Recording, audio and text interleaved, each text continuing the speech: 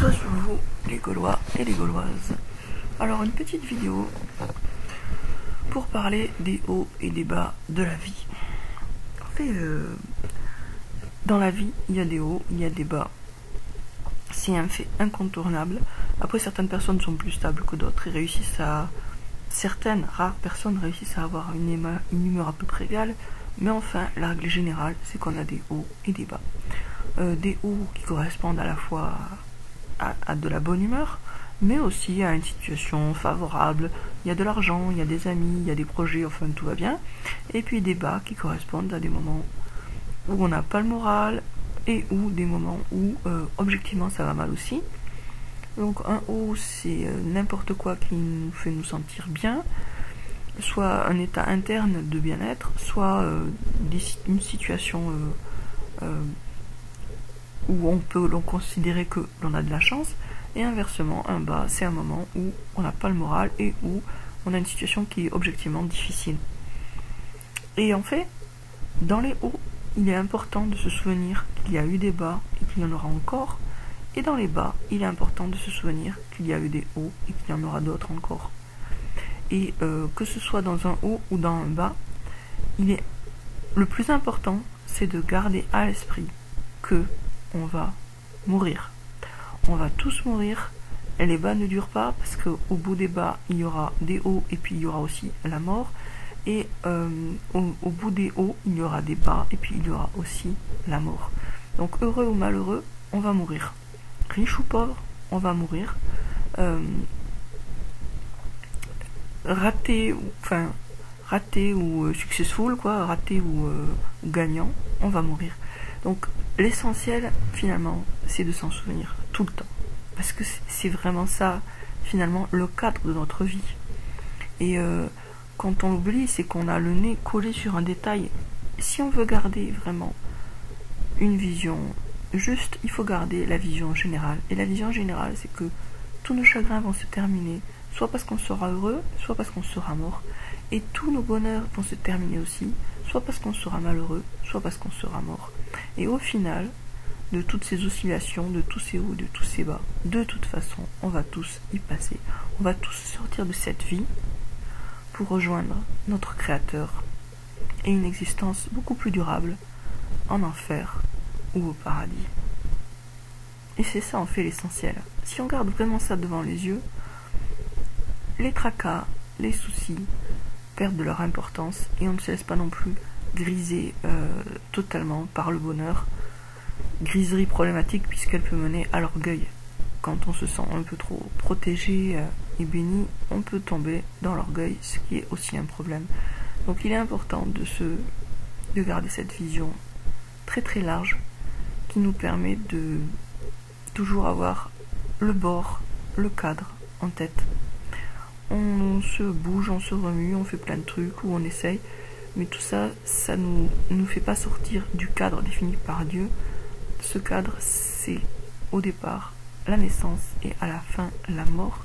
Et on peut s'agiter dans tous les sens comme on veut, on va pas sortir de ce cadre-là. On est là que pour un certain temps. On est là que pour un examen. Un examen avec une heure de départ, une heure de fin. Et à la fin, quand il faudra rendre la copie, on n'aura pas droit à 5 minutes de rab ou des trucs comme ça. L'heure de la mort, on ne peut ni l'avancer ni la reculer. Elle est prédéterminée, elle est prédestinée. Elle est écrite dans le grand livre de Dieu. Donc, gardons ça en tête et cherchons à être le plus bienfaisant et heureux que possible. J'associe les deux parce que quand on est très malheureux, on ne peut pas être très bienfaisant. Donc, la quête du bonheur est légitime parce que de toute façon, on a besoin d'être heureux pour être efficace. C'est quelque chose qu'il est important de garder à l'esprit. Le bonheur est légitime parce que c'est un instrument pour faire le bien. Si vous êtes malheureux, vous ne ferez pas beaucoup de bien, ni à vous ni aux autres.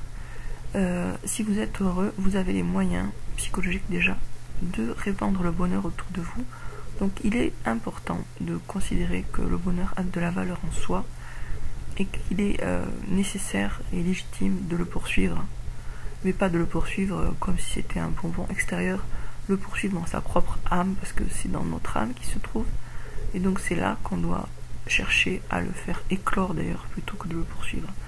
Donc il ne faut pas tant lui courir après que de lui apporter le terreau favorable et le climat favorable, qu'il se développe en nous comme une fleur, comme un beau nénuphar. Voilà. Sur ce, je vous dis à très bientôt les amis.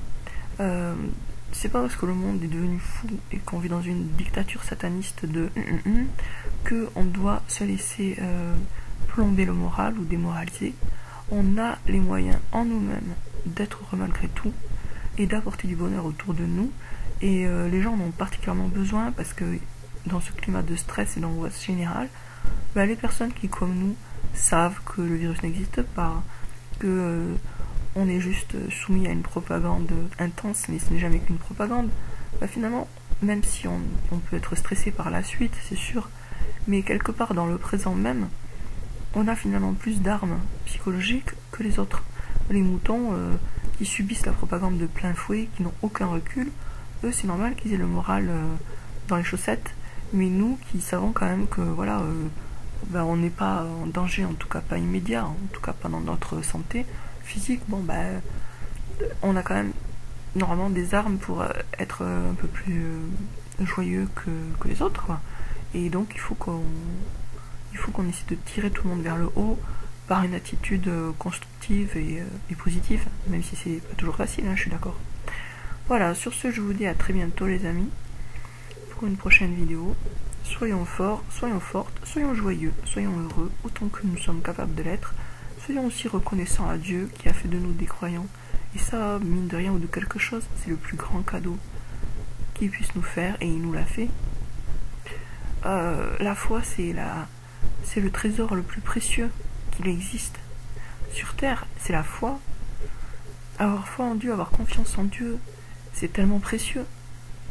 Il faut être reconnaissant à Dieu pour ça en fait, parce que tout le reste, ça peut se discuter. Est-ce que c'est une chance, est-ce que c'est pas une chance, mais la foi, ça c'est 100% sûr que c'est une chance.